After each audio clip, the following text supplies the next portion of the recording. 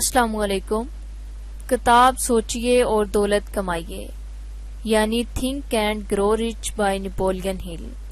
13واں باب دماغ، خیالات کی ترسیلی اور وصولی کا اعلی حصول، دولت کی جانب 12واں قدم۔ گزشتہ 20 سالہ تحقیقات سے یہ پتہ چلا ہے کہ انسانی دماغ خیالات کی ترسیل اور وصولی اس طرح کرتا ہے جیسے ریڈیو کی ترسیلی اور وصولی آلے کیا کرتے ہیں۔ فضائی اسیر ایتھر میں بکھرے ہوئے خیالات جو مختلف ذہنوں اور دماغوں سے نکلا کرتے ہیں، انہیں کوئی دماغ ریڈیو کی طرح وصول بھی کیا کرتا ہے۔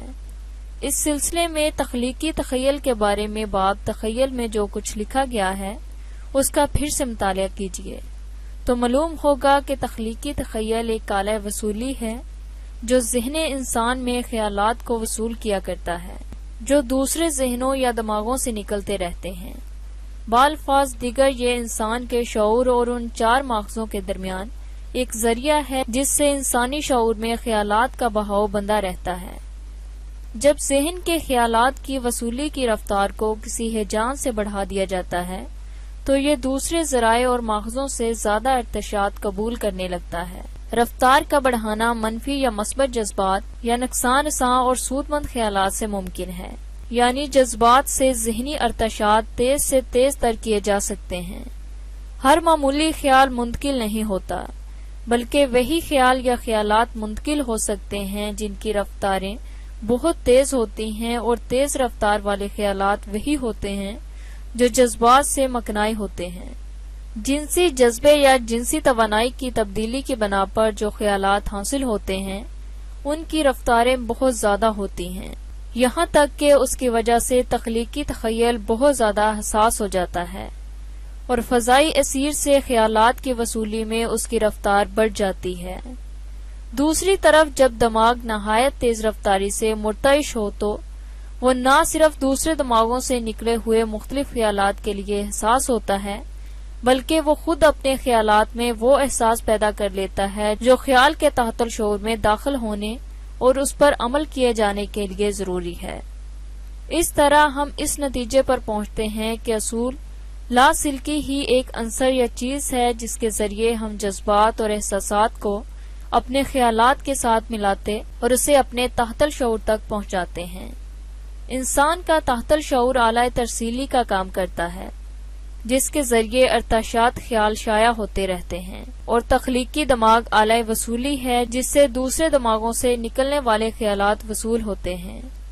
تحت الشعور اور تخلیقی تخیل کے افعال ترسیل اور وصولی کے ساتھ اس کے اصول پر بھی غور کیجیے کہ ذاتی تحریک ذہنی ہی وہ ذریعہ ہے جس کے ذریعے آپ اپنے خیالات بھیجنے والے آلے کو حرکت میں لاتے ہیں۔ ذاتی تحریک کے بارے میں خواہش عزم یا ارادے کو عمل میں بدلنے کے چند طریقے بتا دیے گئے ہیں۔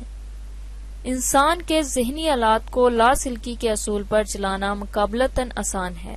ان میں 3 اصولوں کو پیش نظر رکھنے کی ضرورت ہے۔ یہ اصول تحت الشعور، تخلیقی تخیل اور ذاتی تحریک کے اصول ہیں۔ ان کے استعمال کے طریقے پچھلے ابواب میں آپ کو بتائے جا چکے ہیں۔ اتنا یاد رکھیے کہ جب تک آپ کے پاس ارادہ مستقبل نہ ہو اس کی ابتدا ہی مشکل ہے۔ بڑی اور اہم قوتیں، ہم اب تک یہ سمجھتے آئے ہیں کہ انسان کو سارے احساسات اس کے حواس خمسہ کے ذریعے حاصل ہوتے ہیں اور یہ طبعی احساسات ہی سب کچھ ہیں۔ ہم ان پوشیدہ اور مضمر قوتوں سے ناواقف تھے یا ان کا اعتراف نہیں کرنا چاہتے تھے جو ہماری مادی دنیا اور طبعی احساسات پر ہمیشہ اثر انداز ہوتے رہے، جو ہماری مادی دنیا اور طبعی احساسات پر ہمیشہ اثر انداز رہتے ہیں۔ شکر ہے کہ ہم آج ایسے زمانے میں ہیں جب ہمیں اس مضمر اور ناقابل احساس قوتوں کے بارے میں کچھ معلومات ہونے لگی ہیں۔ ہم جیسے جیسے اس زمانے پر رہتے جائیں گے ہمیں یہ بھی معلوم ہوتا جائے گا ہماری مادی ہستی کے علاوہ ہماری دوسری ذات زیادہ طاقتور ہے۔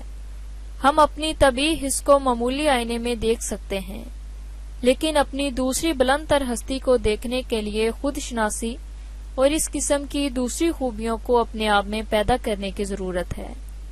بعض اوقات لوگ ان قوتوں کا ذکر کرتے ہیں جو ناقابل لمس ہیں یا جنہیں ہم اپنے حواس خمسہ میں سے کسی کے ذریعے پہچان نہیں سکتے، لیکن وہ زندگیوں پر اثر انداز رہتی ہیں۔ جب ہم یہ نہیں جانتے تو ہمیں یہ یاد رکھنا چاہیے، ہم سب اس دنیا میں بسنے والے کئی ایک ناقابل احساس قوتوں کے زیر اثر ہی رہے ہیں۔ ماں کو اپنے بچے کی محبت یا شوہر کو اپنی بیوی کی الفت حواس خمسہ کے ذریعے محسوس نہیں ہوتی۔ یہ جذبات کس طرح انسان کی قسمت کو بناتے یا بگاڑتے ہیں، اس کی مثالیں ہمیں طریق کی ورق گردانی کرنے پر بھی نہیں ملتی، بلکہ آج بھی یہ واقعات ہمارے سامنے ہوتے رہتے ہیں۔ اس کے علاوہ آج تک انسان نے یہ معلوم نہیں کیا کہ قوت کشش ارض یا قوت جاذبہ کیا ہے، اور بات ہے کہ وہ یہ جانتا ہے کہ یہ قوت کس طرح عمل کرتی ہے، لیکن افعال قوت جاننے سے حقیقت قوت کا علم نہیں ہو سکتا۔ یہی حال برقی قوت کا ہے۔ ہم یہ نہیں جانتے کہ برقی قوت کیا ہے، گو ہم اس کے افعال سے بخوبی واقف ہیں۔ جب ہم کسی شے یا قوت کی ماہیت اور حقیقت سے واقف نہیں ہو سکتے تو اس کو قبضے اور اقدار میں پورے طور پر رکھنے کا سوال ہی پیدا نہیں ہوتا، کیونکہ نہ صرف یہ کہ وہ اس کی حقیقت سے لاعلم ہے بلکہ وہ اس کے وجود کے مقصد سے بھی بے بہرہ رہتا ہے۔ انسان باوجود اس کے کہ آج کی دنیا میں قدرت اور مظاہر قدرت کے متعلق بہت کچھ جانتا ہے، لیکن پھر بھی وہ مجبور اور بے کس ہے، وہ ان ساری قوتوں اور ان کی اصلیت جان نہیں سکتا جو کسی لامحسوس قوت کے زیر اثر اپنا مقرر کام کیے جا رہی ہیں۔ ہم افعال سے قوانین اور کلیات ترتیب دیتے ہیں، لیکن افعال ایک خاص صورت میں کیوں رونما ہوتے ہیں، اس کا ہمارے پاس کوئی جواب نہیں۔ ذہن انسانی کا دلچسپ قصہ۔ ان لامحسوس قوتوں کے علاوہ جو مادی اشیاء پر اپنے خفیہ اثرات ڈالتی رہتی ہیں، انسانی دماغ میں کچھ ایسی قوتیں ہیں جو نہ تو کسی ضابطہ کی پابند ہیں نہ کلیہ کے زیر اثر عمل کرتی ہیں۔ ان میں سب سے اہم خیال ہے۔ ہم روزمرہ اپنے خیالات کے تحت عمل کرتے ہیں۔ نئے نئے خیالات ہمارے ذہنوں میں پیدا ہوتے ہیں، لیکن نہ تو ہم یہ جانتے ہیں کہ کن قوانین کے تحت یہ خیالات بنے ہیں اور کس طرح یہ عمل کرتے ہیں، اور ان گنت مظاہروں کی صورت میں ہمارے سامنے آتے رہتے ہیں۔ ہم انسانی دماغ کے مادی جال کو سمجھ نہیں سکتے، تو اس مادی تودے سے خیالات کے بہاؤ اور اس کی ترتیب اور ان کے ایک دوسرے سے ملنے اور علیحدہ ہونے کے متعلق کیا جان سکتے ہیں؟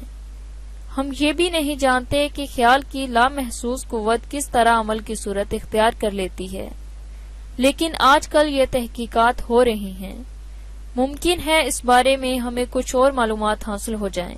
آج کل ذہن انسانی کی حقیقت معلوم کرنے کے لیے دنیا کے کئی سائنسدان تحقیق میں لگے ہوئے ہیں۔ انہوں نے اس وقت تک بہت ساری باتیں معلوم کر لی ہیں، بلکہ مصنوعی دماغ بھی بنا لیا گیا ہے جس میں تھوڑی بہت سوچنے کی قابلیت بھی رکھی گئی ہے، لیکن جس طرح ایک دماغ دوسرے دماغ کی سوچ اور فکر کو متاثر یا مثبت نہیں کر سکتا، اسی طرح بظاہر ممکن نہیں معلوم ہوتا کہ ہم اس مصنوعی دماغ کو اصلی طاقت میں لا کر اس کی سوچ بچار کی قابلیت کو مثبت اور منظم کر سکیں۔ پھر بھی سائنسدانوں کا یہ دعویٰ کہ تجربات سے وہ یہ ثابت کر سکتے ہیں کہ دماغ انسانی کے ایک خلیے سے دوسرے خلیے کو ملانے والے خطوط کی تعداد 16 ہندسوں والا ایک عدد ہے، اس دماغی کارخانے کی وسعت کو ظاہر کرتا ہے جو ہمارے آپ کے پاس ہر وقت کام کر رہا ہے۔ چکاگو یونیورسٹی کے ایک پروفیسر ڈاکٹر سی جڈسن برگ نے بتلایا ہے کہ یہ اعداد ایسے ہیں جو علم حیت کے بڑے سے بڑے اعداد سے بھی بڑے ہیں۔ یہ معلوم کیا جا چکا ہے کہ انسان کے دماغ میں 10 ارب سے 14 ارب تک اعصابی خلیے ہیں جو ایک خاص تنظیم میں مرتب ہیں۔ یہ تنظیمیں پراگندہ اور غیر منظم نہیں، ان میں سے ہر ایک خلیے کی توانائی کی پیمائش کی جا سکتی ہے۔ یہ کہنا کہ اتنی بڑی تنظیم صرف انسان کے طبعی افعال کو درست رکھنے کے لیے ہی ہے، درست نہیں۔ معلوم ہوتا اور محقق کو یہ خیال ہوتا ہے کہ کیا یہ ممکن نہیں کہ یہ نظام جو اربوں ذہنی خلیوں کو ایک دوسرے سے ملانے اور ان کے افعال کو منضبط کرنے کے لیے ہے، دوسری لامحسوس قوتوں کو بھی اس سے مربوط کر سکتا ہے یا نہیں۔ پروفیسر رہائیں کی حالیہ تحقیقات نے یہ ثابت کر دیا کہ انسان میں ایسی قوتیں موجود ہیں جو لامحسوس اثرات سے دوسرے دماغوں کو متاثر کر سکتی ہیں، عموماً یہ دیکھا گیا ہے کہ گھر میں بیٹھی ہوئی ایک ماں ہزاروں میل دور میدان جنگ میں اپنے لڑکے کے زخمی ہونے یا ہلاک ہونے پر اس طرح محسوس کر لیتی ہے گویا کسی نے آنا فانا اسے خبر پہنچا دی، یا کسی واقعہ کے ہونے یا نہ ہونے کے بارے میں پیشن گوئی کر لینا۔ ایسے واقعات معجزاتی اثر رکھتے ہیں، لیکن سائنس ابھی تک ان کی توجیہ میں بے بس ہے۔ ابھی احساس کے قواعد اور ضوابط نہیں بنے ہیں، اس کے لیے مواد فراہم کیا جا رہا ہے، اور وہ دن دور نہیں جب ہم ان قوانین سے آگاہی حاصل کر لیں گے۔ آئندہ باب میں انسان کی چھٹی حس کے بارے میں بعض امور تفصیل سے درج کیے گئے ہیں۔ ان کے مطالعہ سے واضح ہوتا ہے کہ کس طرح ہماری زندگی میں اس چھٹی حس سے مدد لی جا سکتی ہے۔ انسانی دماغ کی پوشیدہ قوتوں کو اجاگر کرنے کے لیے مشورہ یا مشاورت کا طریقہ خاص اہمیت رکھتا ہے۔ آپ غور کریں اس میں ہوتا کیا ہے۔ کسی ایک مسئلے پر بحث شروع ہوتی ہے، کانفرنس یا مجلس مشاورات کا ہر شریک اپنا اپنا خیال اس بارے میں جو اس کے اپنے ذاتی تجربات پر منحصر ہوتا ہے ظاہر کرتا ہے، اور اس طرح ایک شخص کے تجربات ایک نامعلوم حس کے ذریعے دوسرے کے دماغ میں پہنچ جاتے ہیں۔ یہی اصول ہر دماغوں کے مشورے کے طریقے میں بھی کار فرما ہے۔ اگر یہاں آپ اسے سمجھ نہ سکیں تو اسے آئندہ کے لیے رکھ چھوڑیں۔ ایک بار یہ کتاب پوری پڑھ جائیں تو اس کا مفہوم خود بخود آپ کی سمجھ میں آ جائے گا۔ گزشتہ اقساط بازاری بظاہر نقصان دہ اور تباہ کن معلوم ہوتی تھی، لیکن اس نے ساری دنیا کو نئی طرح سے جنم دیا اور ہر بسنے والے کے لیے ترقی کے نئے نئے مواقع فراہم کیے۔ شکریہ۔